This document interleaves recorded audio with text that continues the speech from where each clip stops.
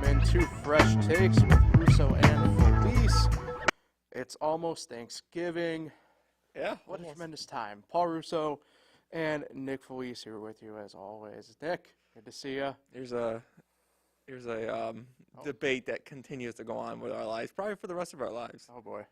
Thanksgiving Eve is a holiday. Oh, wow. And you do not agree.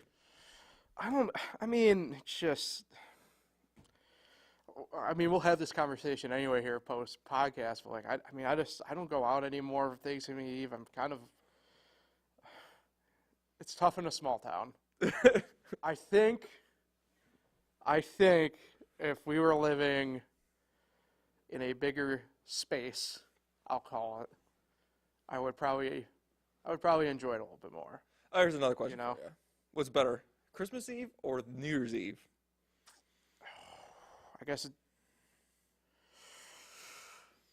Speaking of Eves. Yeah, that's a good one. I think personally, I say Christmas. I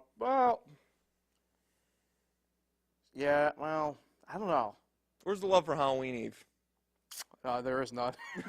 That's not a thing. Anyway, that's nothing. All right, before we get too off the board there, I'll just handle some podcast business, Nick. Thank DeSanto Propane.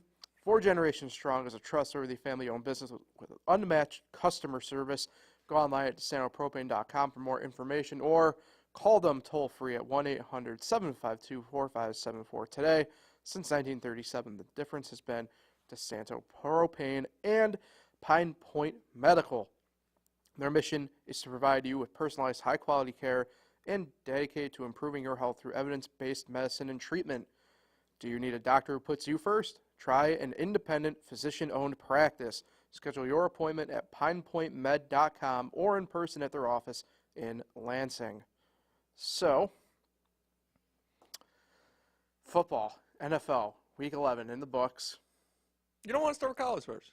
No, we'll do NFL first. It's what the people really want. Not the Dino news. We'll get to that.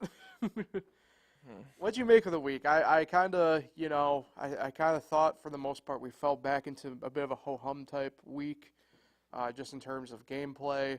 I didn't think there was a ton of greatness this week, to be honest. But I thought the games the headlining games, I don't know if they quite lived up to the hype we were hoping for, right? But Eagles-Chiefs was at least a fun game, entertainment-wise, to follow throughout.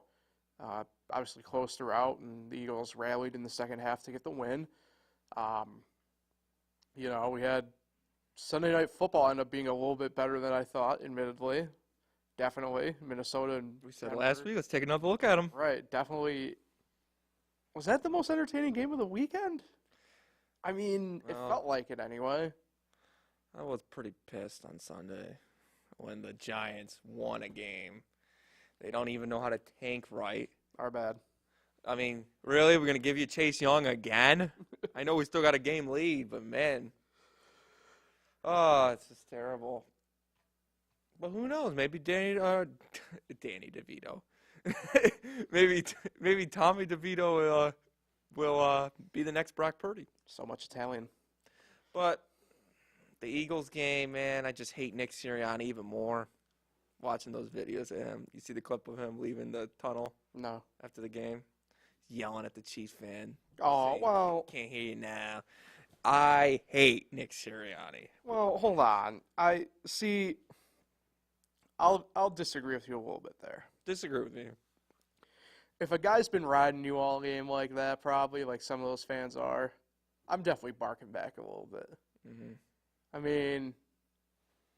There's a lot of people who feel entitled who go to these games. You gotta remember, these people are doing their jobs at the end of the day. Like, I get it. Like, if you say something that person perceives across the line and they bark back at you, you gotta know what's coming. Yeah, I just hate Nick Sirianni so much. He might be my least favorite person in all sports right now. I just cannot stand him as a coach. I don't know him as a person, but he seems like Not a great guy either, but he's still probably better than Draymond Green. That's Okay. that's probably true. But I don't know. I do not root for the Eagles. Unfortunately, the only time I root for the Eagles is against the Cowboys. But the Cowboys have been so bad when it matters. So I might almost root for the Cowboys over the Eagles. It's getting that bad now. I don't know. It's just not a great day in the NFC East for me. Cowboys beat up on the Panthers. Giants can't lose, right? And I don't know. It was not a great week for me, personally, because But the Broncos, you mentioned them. They got off to a slow 1-5 start, but now they're 5-5. Maybe they're a playoff team. The AFC's tough. I have though. some breaking baseball news. That's not a surprise on the show.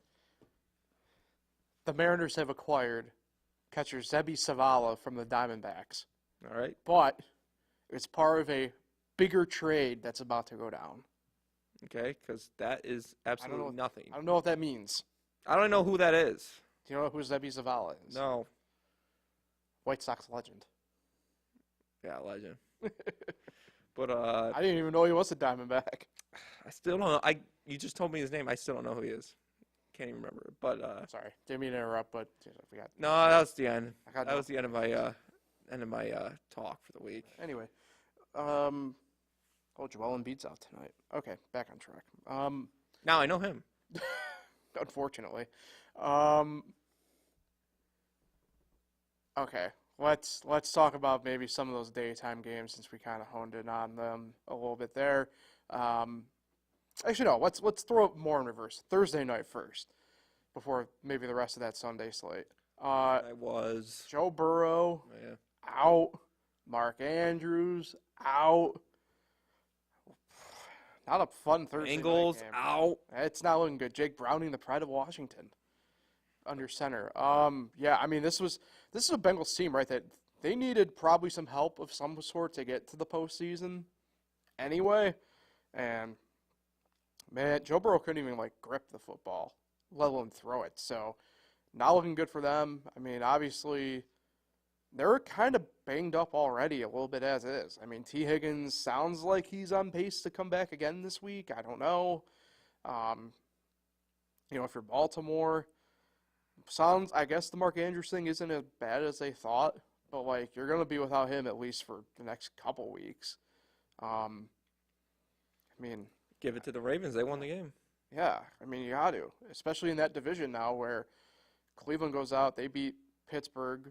Great game. Last second field goal, but win's a win, like you said, Nick, right? And that was a Cleveland team that already had a leg up on Cincinnati anyway. Now they're kind of muddled with Pittsburgh a little bit in there. Not looking good for the Bengals this year. Not looking good. Lamar Jackson got hurt in that game, too. Yeah, that's true. They did get dinged up, but I mean, he seems fine for whatever. So, I mean, I don't know what it was about that Thursday night game this week, but it caused some chaos. This doesn't really have to deal with the game, but it's just more of the quarterback. Has this been the most quarterbacks to get hurt in an entire season? It feels that way. Even Geno Smith just got at least they've been all dinged up at least once. Not one. Sam Howell. Correct. He's the man. He is probably the greatest quarterback of all time. The people are saying. But I mean Joe Burrow's out. Danny Dimes is out. Yeah. It's just Cowboys got 3 quarterbacks for some reason. Teams are looking for quarterbacks. Maybe they knew. I mean, the Jets messed up not getting Josh Dobbs. I mean, they were just giving him for free anyway. And Joe Flacco is a Cleveland Brown. What's going on with the Jets? They can't find anybody when they're just people are handing them. Yeah. Handing them out. I mean, Tommy DeVito's there because we're tanking. We're just not tanking right. That's why he's there. The Jets are actually trying to make the playoffs this year. Tommy DeVito. Great guy, great story. Syracuse legend. Known Italian legend. But got to lose, man. Got to lose that game. Yeah, I mean, for the sake of you especially, right? Because, like, Washington has that weird, like, they can get in still really with a, their path is clear to the playoffs should they choose to go that They're route. one of those teams they throw in the hunt Yeah, at the yeah, bottom in the hunt. yeah. But, yeah, for you guys again, I guess the positive is at least it wasn't week what would now be 18, 17 at the time, where it's, like, literally causing yourself to be shot in the foot. So, I don't know. Yeah, like it is kind of crazy. I mean, how some of these teams just aren't.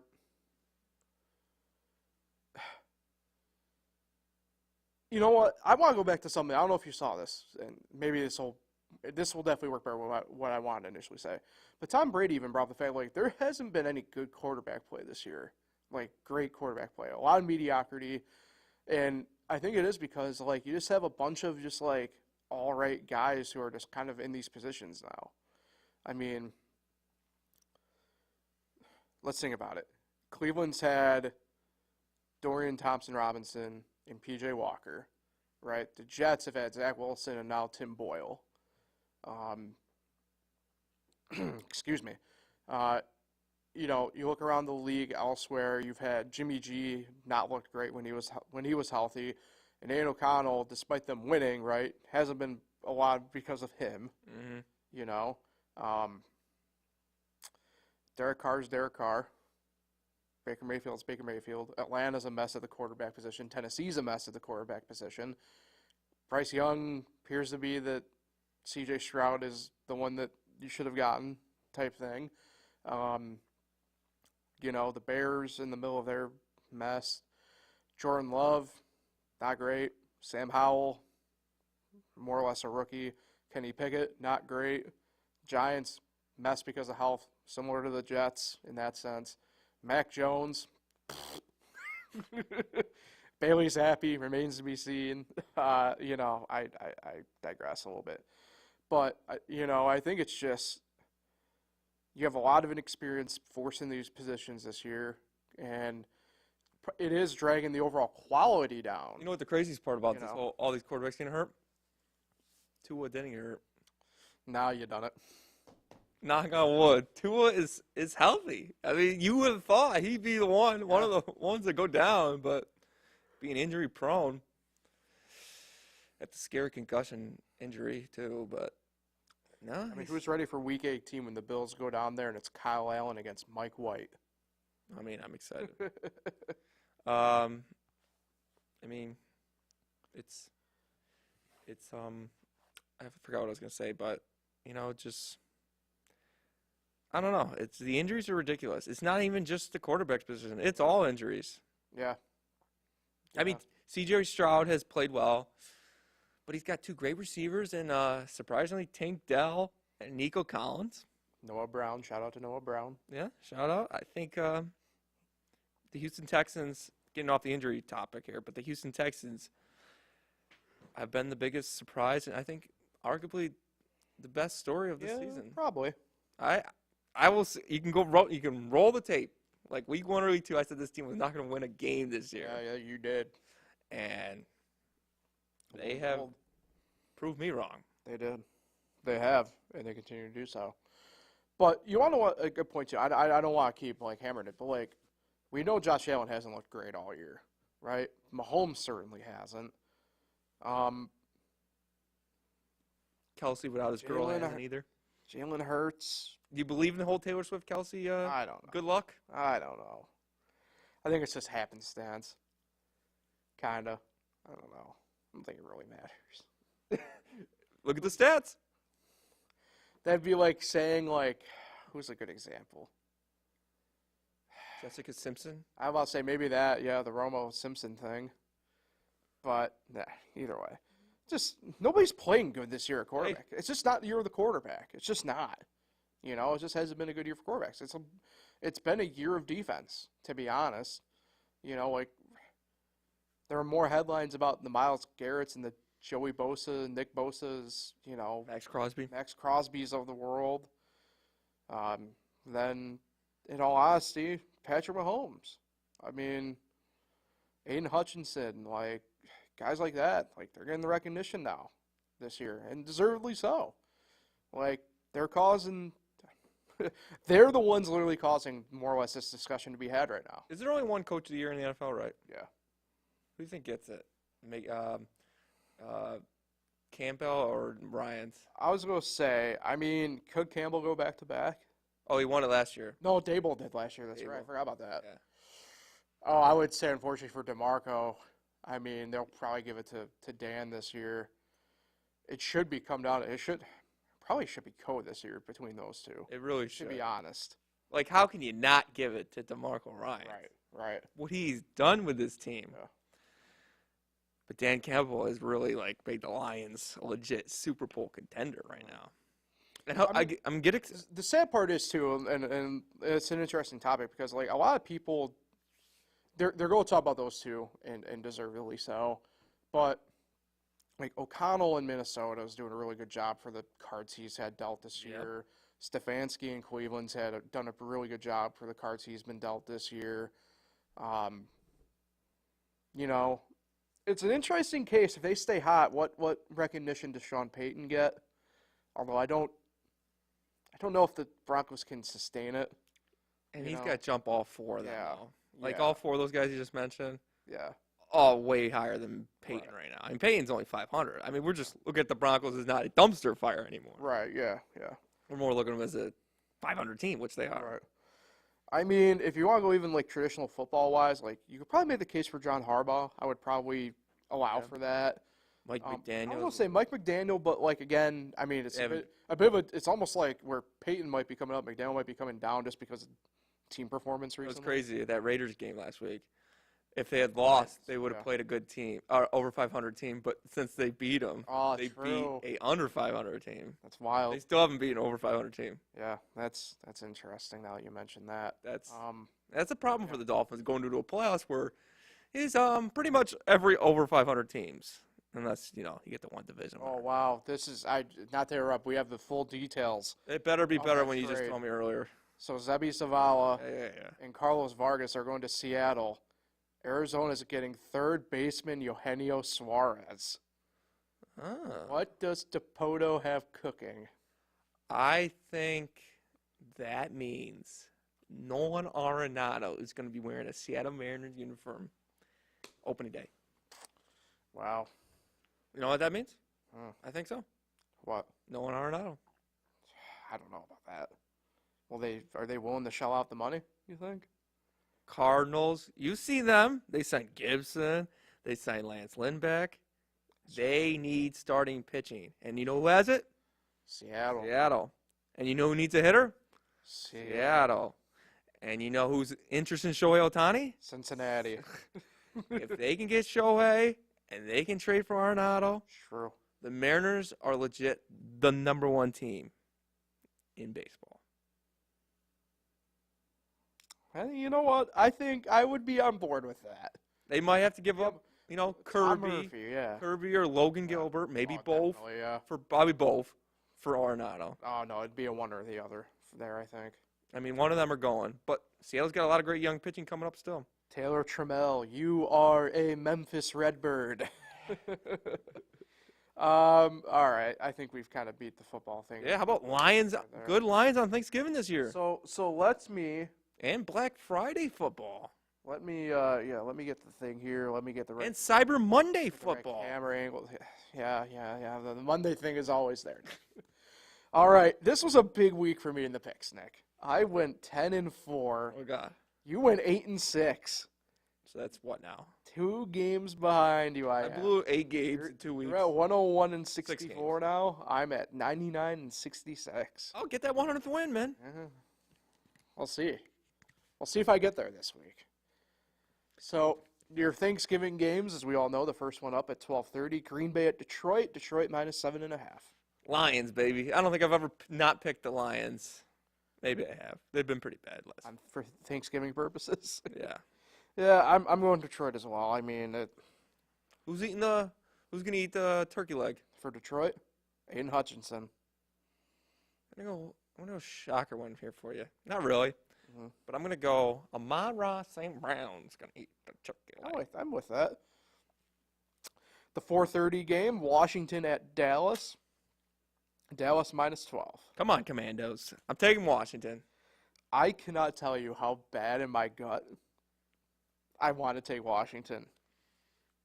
I just can't, though. But it's the holiday. They're going to be amped. I know. They're just coming off. People think they're terrible now. I just can't. Sam Howell's ready to go. I think they'll cover the 12. Yeah, I don't think they win outright. they'll cover that 12 because they're going to win. Okay. I appreciate you thinking that way, but I can't. I'm sorry, Nick. All right. Thursday night game this week on NBC, which is nice. Yeah. San Fran at Seattle. Seattle's getting 7 at home. Unfortunately, sorry, Matt. I'm high on your Mariners, obviously, but Seattle's going to lose this game. San Fran. Same. Yeah.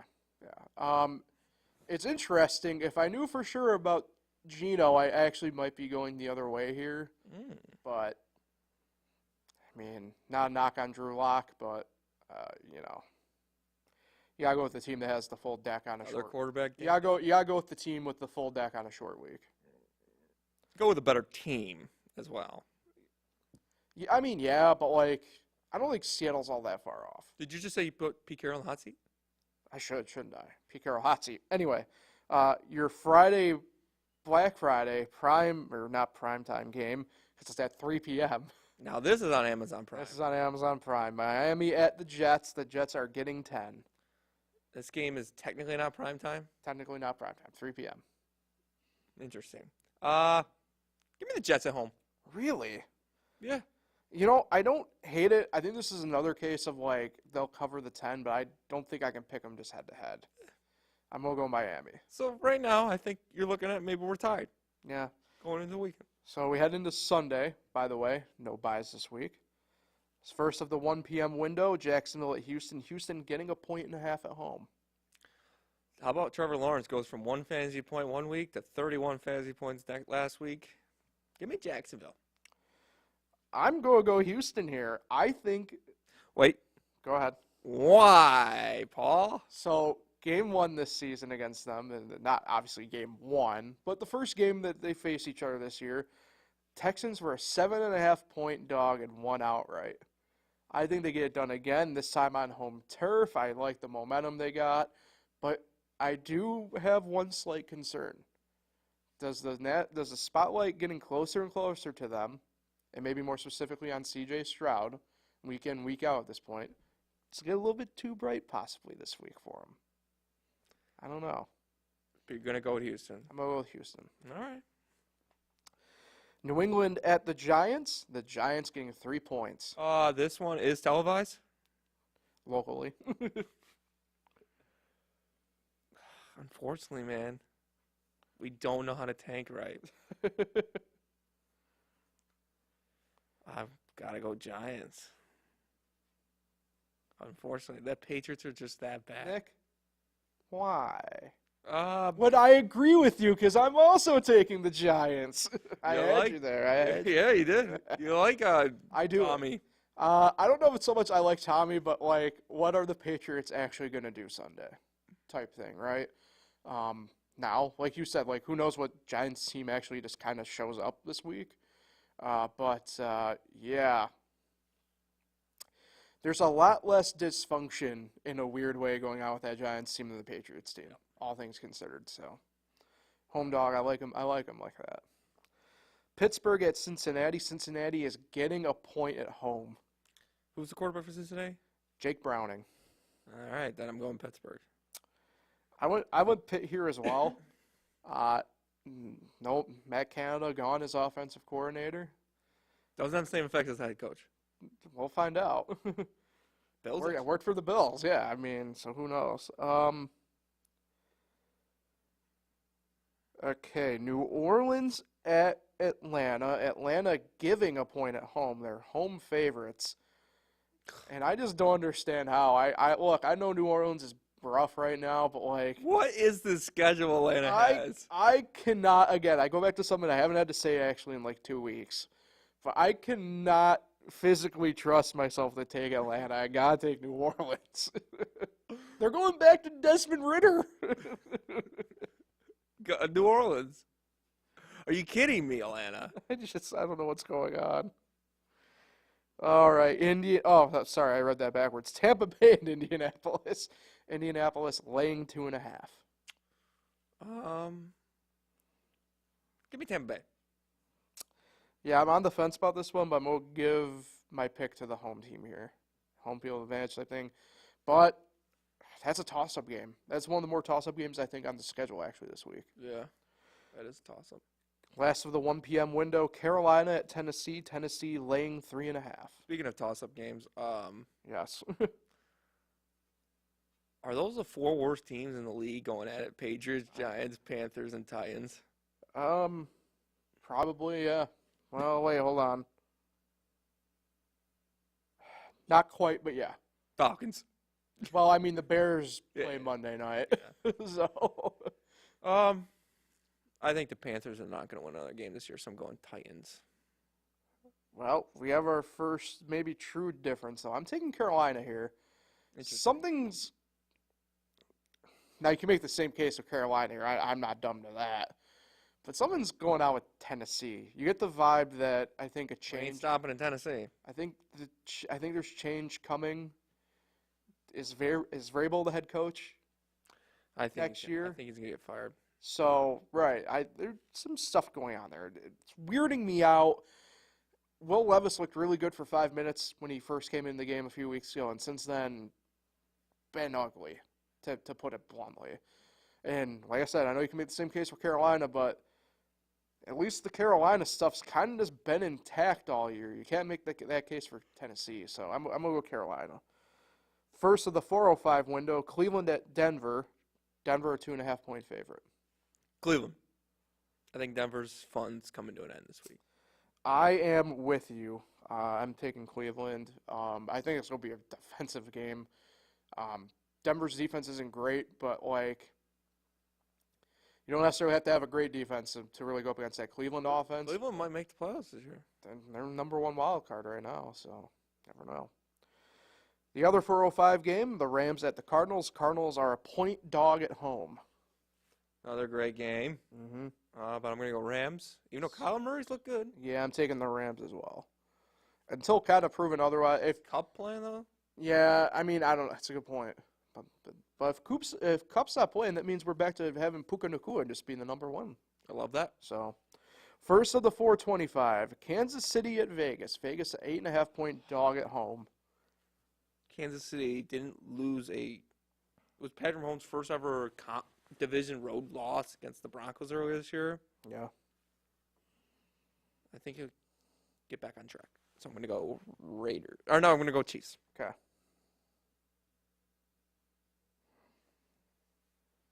I'm going to do it. I'm taking the Raiders.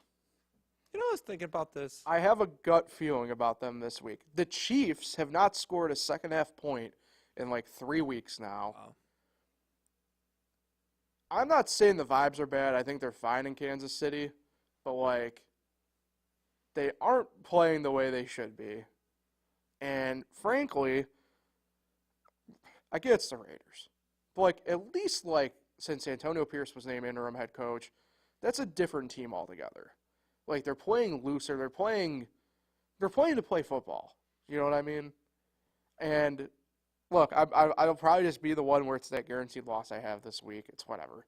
But I have a hunch. I'm going to take the Raiders. Nice. I had a thought on the way over here, actually, because I was thinking about the Oakland A's, Oakland Raiders. Not to get too sidetracked, I just got to ask you this. Yeah. Do you think them, like Oklahoma City, go back to Seattle, Washington, go back to Montreal, just for one game? Like, why don't they just do that? Oh, no, I'm not with it. No. One game. The fans you left, the people you left would not be on board with that. There's a reason why when the MLB has the 2-game preseason set in Montreal, it's always Toronto, and it's always a team that's not the Nationals. There's a reason why when the NBA did that preseason game in Seattle, it was Portland and the Lakers, and not the Thunder. You just would not get support. You put, in my mind, there because of the way people are, there's a security, safety issue at hand there. Yeah. People are dumb. No. I understand where you're coming from, but no. No. I think it's a bad enough as is, especially on the ace run. I know this portion of it's really off topic, but the fact that like it's a possibility because the stadium won't be ready for literally 5 years in Vegas. But what about That they'd be nomadic and play half their home games at Oco still? didn't the Browns used to be the Baltimore Colts? No, Who's Indianapolis? What about when Indy goes back to Baltimore? Well, that's different, Because they actually have a team. right? That's different at that point because Baltimore has a team, and I mean that owner's dead and gone at this point, and I guess the Thunder's owner's technically dead and gone and whatever. But Jeff Fisher for being a NoCal Oakland Bay Area guy. He is not going to be welcome back there anytime he goes remotely back there. All right, thanks for your note. Yeah, so that's just my thoughts on it. The other 425 game, Buffalo at Eagles. Eagles 3.5-point favorites. Give me the Bills. Eagles pissing me off. I'm going with the Bills too. The Eagles players themselves are saying that they aren't playing their best ball, so I think Buffalo supposed to be decent in Philly. I think like 50 degrees, like no weather. Like I think the way they're kind of clicking right now, like that was a good. Now say what you want. I mean, I know they played the Jets, but like that's kind of the ass kicking they need to put on the Jets. Yeah. You know what I mean? Like so. Sunday Night Football, Baltimore at the Chargers. Chargers getting 3.5. I'm going Baltimore here. I just think they're the better team. 3.5, kind of sketchy, you know. But Give me the Chargers. I think this could be a breakout game for them. death taxes, length of the field under 2 with no timeouts. So the Monday Night Football this week, the Bears at the Vikings. Vikings Dun, dun, dun. 3.5-point favorites. Against the Vikings? Yep. I'm going the Vikings here, by the way. Yeah, go Josh Jobs. Vikings. All right. So that'll do that then. Now, speaking of coaches, Yes, how about teams fare after the coach Uh-oh. gets fired. I accidentally bumped my hand on the black button. It happened, Paul. It did, but we're back. Yes, let's head to the college ranks, Nick. And 8 then years. back to you. What about college football, Nick? James Madison will not be going to a bowl. At the moment, But Dino Babers fired after 8 seasons, just 2 bowl appearances. Had the one really great season. What was that, 2017? yes. No, 18. 18. 2017 was the one they beat Clemson. Yes. Yeah. You know, not surprising. It had to be done. They're not getting any better. You can almost say they've gotten worse this year. I mean, they 6-0 last year. You couldn't fire them after a 6-0 start. But the same trend in the second half of the season. It's the same thing. Mm-hmm. It's just not working out. Hopefully they can make a bowl this week, but it's just a move that they didn't want to make, but they had to make. Yeah. So my thing with this is I look at it from the perspective of locally and nationally. Locally here with Syracuse, we're fed up, right? Dino's a great guy. Probably just for what it is right now, just not as good a coach. I laugh nationally at the thought of people thinking that he should have stayed around. It kind of shows me, I think, the overall disconnect the program has at this point nationally. That being said, like, I understand where some people might be coming from, because I do semi-think this way, even though I definitely think a change was needed. Like, who you're going to get that really wants to come to Syracuse? Because it is, if it's not a bottom 5, power 5 job, it's certainly dangling it probably like somewhere in that 7 to 9 range. Yeah. And look, this is an area football-wise that's just been decimated in the past 2 decades. The talent's just not here anymore like it was. And it's tough to recruit locally. And, you know, that was one of the things Dino wanted to do was get the New Jersey pipeline back going and stuff like that. And he just didn't until too late. You know, DeVito didn't work out is what it is. But, I mean, outside of Dungy and players that weren't really actually even his recruits, he didn't do a ton.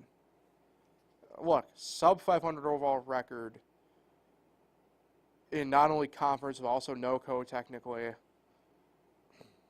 the time had come. What I found interesting about the firing was the fact that they gave him the option to coach this weekend against Wake Forest. Not surprised he didn't take it. I know I wouldn't have taken it. I'm sure you probably wouldn't have taken it. To go back to that timing portion of it, though, I'm surprised that it was a thought to fire him after Georgia Tech.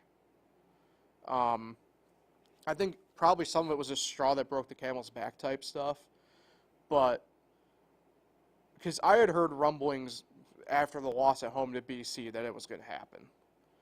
So I thought they're going to do it immediately then, a.k.a. after the Boston College game, or they're going to wait until the season ends, whether that would have been this weekend or 3 weeks from now and after the Birmingham Bowl or Fenway Bowl, So the timing of it I found interesting. He's the only one kind of let go from this deal, at least going for the immediate future. Rocky Long still would be defensive coordinator. Jason Beck still would be the offensive coordinator. All position coaches are the same. Tight ends coach Nunzio Campanelli's interim head coach for the week. For the rest of the season, probably. I mean, if they make a bowl game, I'm assuming he'll get the task of manning it. So, I don't know. Now, the fun part. Who do we think's coming? Right? And I know this is where I'm on the fence about a couple different things. Yeah. So, here's the one for sure that I know is not going to. Well, really two. Jimbo Fisher's not coming. Okay? If Jimbo's going to take a big-time job, it's going to be at the caliber of, so maybe not fair, maybe not proper what I just said. I view Syracuse as a C-tier job at the moment, okay? Where you fight hard, you surprise every now and then, but you're just kind of there. I view where Jimbo's going to go as probably a B-tier team. I think of that as being like a West Virginia, for example, where year in, year out, 7-5 should be the low mark, whereas 9-3 to 10-3, depending on bowl stuff, that's your watermark. And every now and then you get an 11-win season or a 10-win season. He's not coming. Dan Mullen's not coming. I know Dan Mullen was a position coach up here, got a start up here. I'd love for him to come back, but my understanding is he's kind of enjoying the dad thing a little bit too much right now. And that's, when it comes to that type of stuff, completely understandable. You think Nick Saban's going to leave Alabama? Nick Saban's, maybe. No. But of an SEC name, right, I'd love Ed Orgeron to come. He has said in the past he would love to be the head coach at Syracuse. It's where he got his second life in coaching in the 90s because of Paul Pasqualoni. That being said, I don't even know if that's the right move. But if I'm going to go big name hunting, I'd prefer it to be Ed Orgeron. Okay? Because he actually knows this. Maybe he doesn't know the lay of the land right now, but he knows how people operate up here. He has shown interest in coming. How many head coaches of his caliber have you ever heard, like, I'd love to come to Syracuse to be a head coach? Not a ton. He's a national champion. Right. So, I think there's that. If you're going to go big name hunting, I think it's Ed Orgeron. See, did I hear Doug Marrone? So Doug Marone's a name that's popped up. I think Doug Marrone is he helping out with the job process? I don't know. I know he's helping. He might be. I mean, I know he's the O-line coach for the Saints still. So I heard he's helping out. Yeah, I don't know if he's probably helping out. But I don't know if I'd go back to Doug Marrone. I think that ship's probably. I got one for you. Yeah. He's gonna leave Nebraska. It's gonna be Matt Rule. No. Is coming to Syracuse. No. There's a big name for you. I love Chip Kelly. Well, speaking of the Nebraska route before that, apparently, even though I think Chip Kelly saved his job by beating USC this past weekend.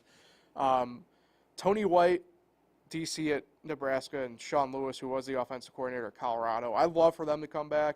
I just don't know if the administration is going to bite for former Dino guys. And what about Greg Paulus? Leaving Niagara basketball for Syracuse football. No. He's got bigger issues to worry about with that team. Here's where I stand. Tommy Rees? I think and I don't know if I think I've talked myself into it, but, one of the names I've heard a lot is Bob Chesney, head coach at Holy Cross.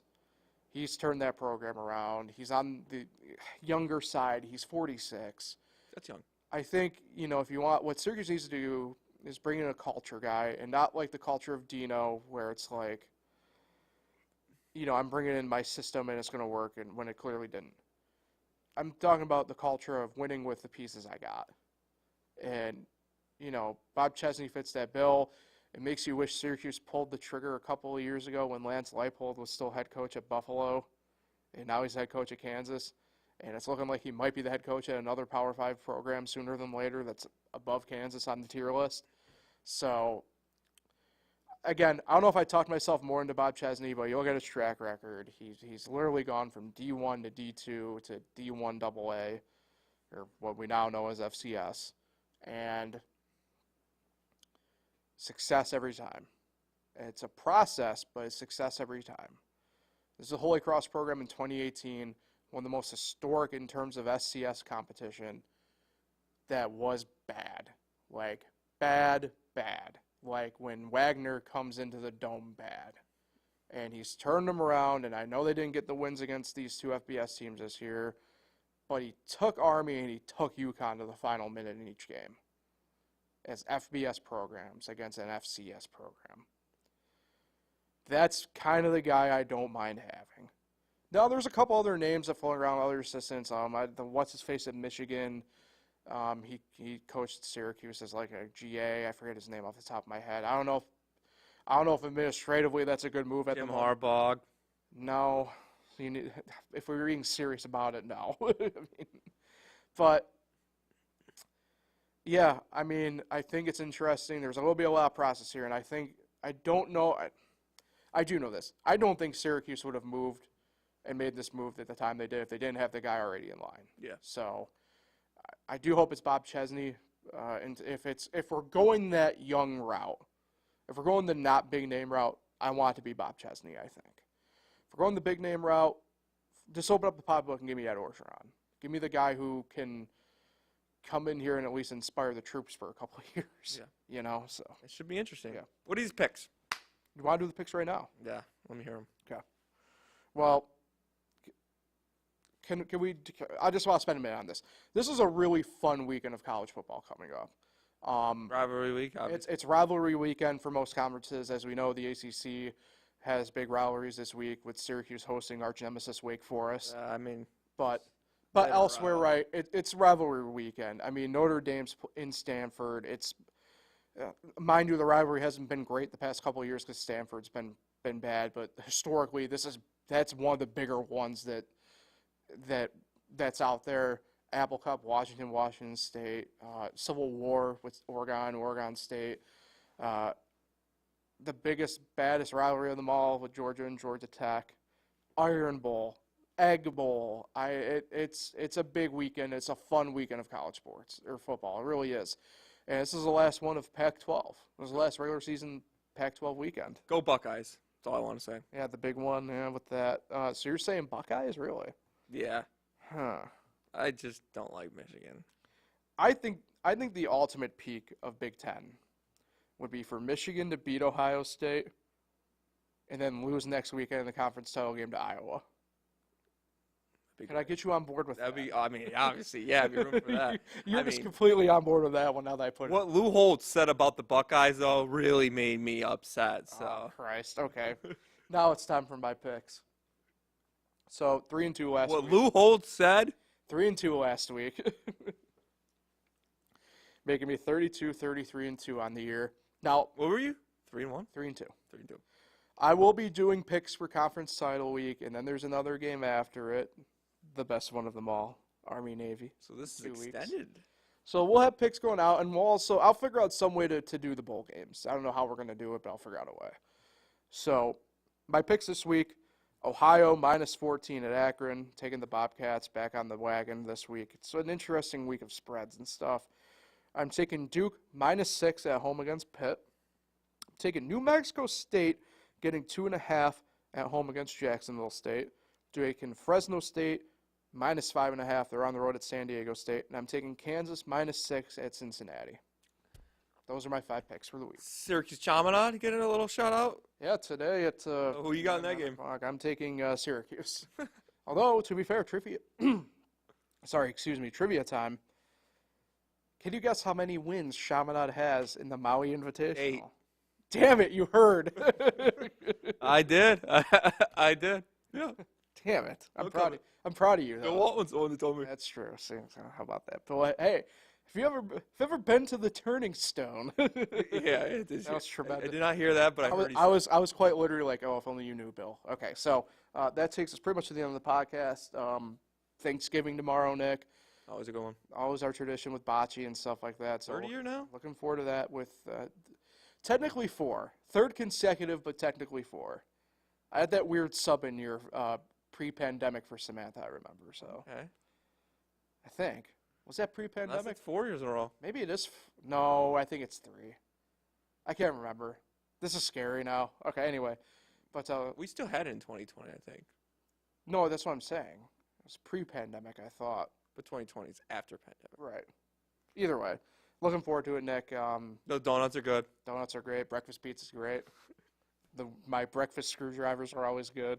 Yeah. So, looking forward to that. I know we do this every year, but, you know, what are you looking forward to the most this year for Thanksgiving? Lions actually being good. I think we should all be thankful about that. No God more bless talk America. about kicking the Lions off of Thanksgiving this year.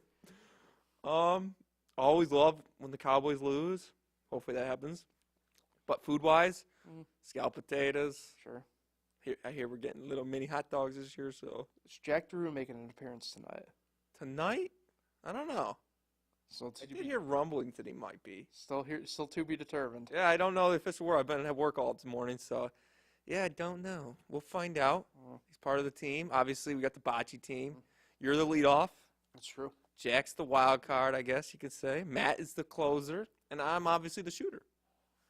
Obviously, not a great shooter, but the shooter of this team. This is your do or die year, Nick. This is your do or die. I'll year. make honorable mention all shooter, all tournament team, but you know. You gotta hit a ball this year.